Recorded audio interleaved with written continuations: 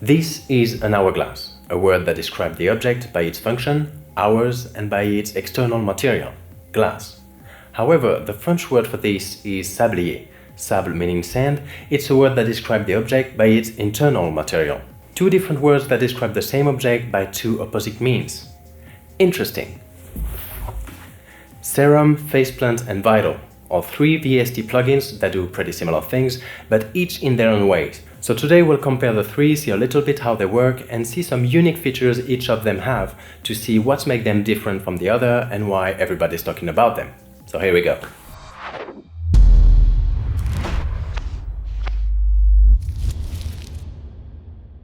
Serum was released in 2014 and is probably the most used VST synth for complex sound design. It is the oldest of the three and it has become a reference synth in its domain, which means there are way more sound design tutorials available for this VST than for the other two. Faceplant was released in 2019 and was described as a sound designer's dream with its semi-modular approach and its snapping ecosystem. It's the only of the bunch to have everything on one screen without any tab or menu to find hidden settings, so its UI is probably the cleanest and the clearest in that regard. And Vital was released very recently in November 2020, so a few days ago, and it's available as a free plugin. It also has a pro version with more presets, wavetables and stuff, but the free version comes with all the functionalities and it also does its own unique things, which is probably why people are kind of freaking out about it right now. Full disclosure though, in the free version and in the plus version, the text to wavetable function is limited to 5 use per day. So it's available for free but with a limitation, and that's the free version we'll be reviewing today. So the three of them are wavetable based synth. So it's like an oscillator you can change the shape of with a table position knob. Then you would have effects and filters to alter the sound, and the principle is that you can link any of these parameters to a lot of LFOs, envelopes and macro knobs.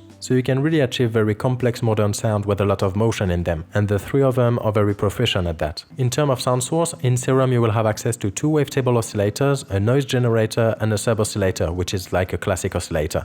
In Vital you have 3 oscillators and a sampler, so you can load in audio files which can be anything.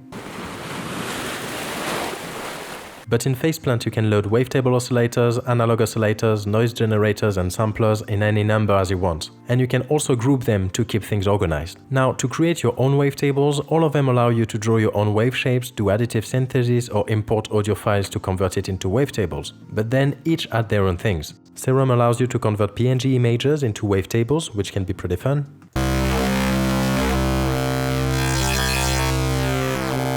Faceplant allows you to add effects directly in the wavetable editor, so they would be embedded in the waveform you're using, and you can then use keyframes to manage how these effects would evolve throughout the wavetable. But once you apply those effects, you can't really go back and tweak the settings again. And Vital also has a keyframe-based system, but it also has a multi-track way of doing things. So you can layer several wavetables to carve your sound, and you can also add effects on these wavetables. But these effects, or modifiers as it calls them, will appear as a separate track, so you can always go back and tweak the settings again in a non-destructive fashion. But it still has less effects than Faceplant though. Vital also has a very neat feature when you can type in some text and it will convert it into a wavetable. And you can also choose the accents used for this.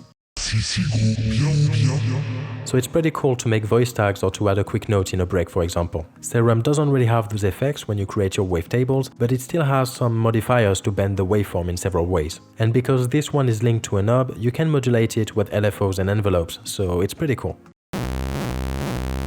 Vital has actually a similar knob which is called Wave Morph here. In the same way you can choose in which way it will morph the waveform, but on Vital you also have a second knob there, which is for the spectral morph, which is kind of a spectral thing that Vital does. These are extra ways to distort your waveform and they sound pretty cool.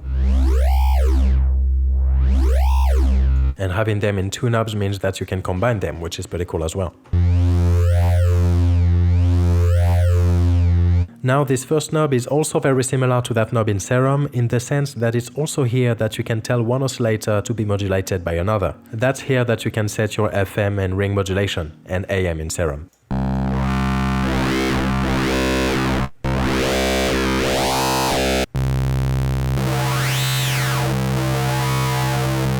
But Faceplant has another way of doing this. Faceplant allows you to directly take the output of any oscillator and use it to modulate a lot of parameters in the oscillator section. And that allows you to do audio rate modulation on a lot of things. So if you want to do FM, you can do it by modulating this pitch parameter, or by modulating this shift parameter, which also alters the pitch.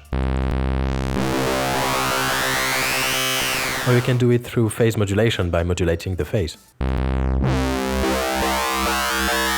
And if you want to do AM, you can modulate the volume of the oscillator.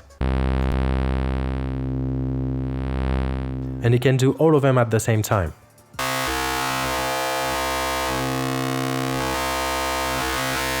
And because you can also add filters and distortions in the oscillator section, you can modulate those at an audio rate as well.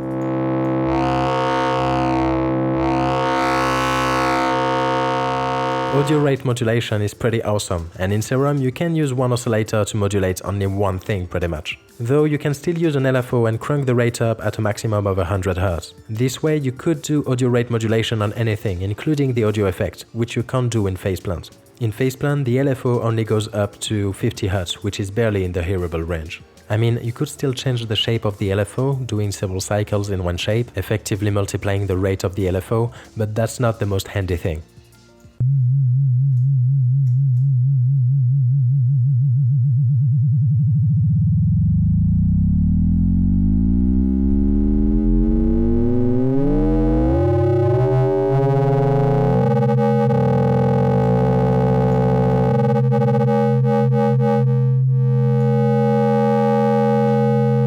Now in Vital, modulation possibilities also get pretty interesting. Like in the other plugins, you can use the LFOs and envelopes to modulate any parameter easily. But Vital's LFO can go a lot faster. It's just a little weird though that the frequency is in second instead of hertz, and it also has a smooth button which is handy for audio rate modulation. Then it also has an option to set it to key track, and what it does is that it will make the frequency of the LFO follow the frequency of the note to play, and you can use it to do audio rate modulation on any parameter of the synth.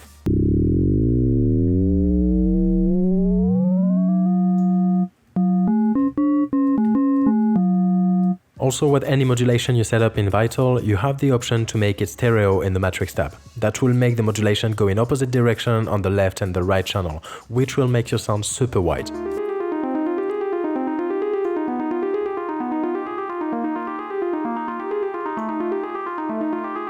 Another very interesting thing that Vital does with modulation is when you modulate the pitch of an oscillator. You can quantize this pitch to a particular scale. So if you modulate the pitch with a random modulator, you can still make sure the synth will play notes that you want to use. And you can make that quantization absolute, so any note you play will play with the same exact set of notes that you chose, or you can make it relative, so if you choose the notes of a minor chord, for example, it will always play a minor chord based on the note you play.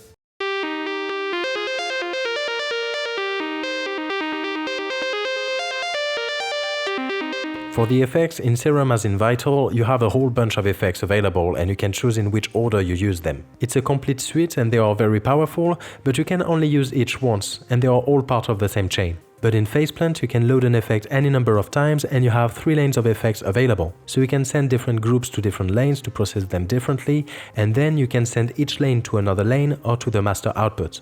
And each group can be sent to a sideband as well, which is a band you can't really hear, but you can use it in effects to do like sidechain effects, like a sidechain compression for example.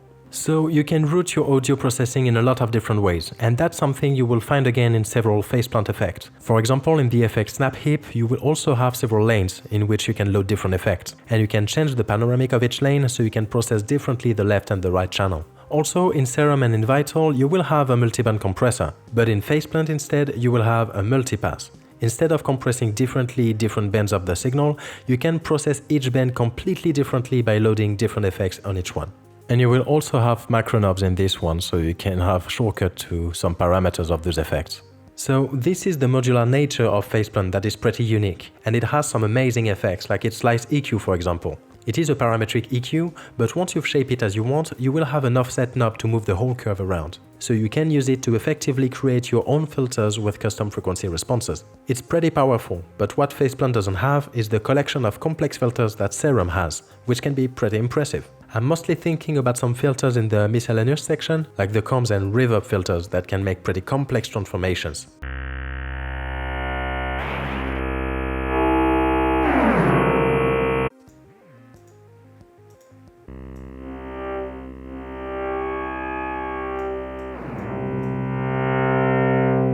Also, Serum allows you to lock the chain of effects, so you can load new presets without changing the effects section, which is pretty cool to mix and match stuff.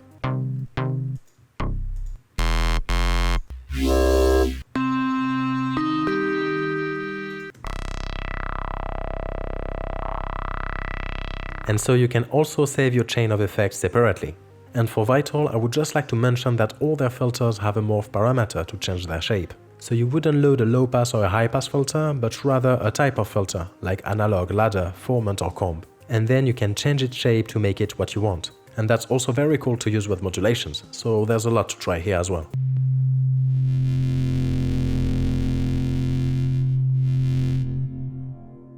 And that wraps it up for this video. I'm curious to know what you think about these plugins. If I missed anything, and I'm sure I must have missed some with this type of format, let me know in the comments and maybe I'll try to do like a pinned comment to sum up everything. If you like this video, give it a like and consider subscribing if you want to see more. In the meantime, thank you very much for watching, take care, and I'll see you next time.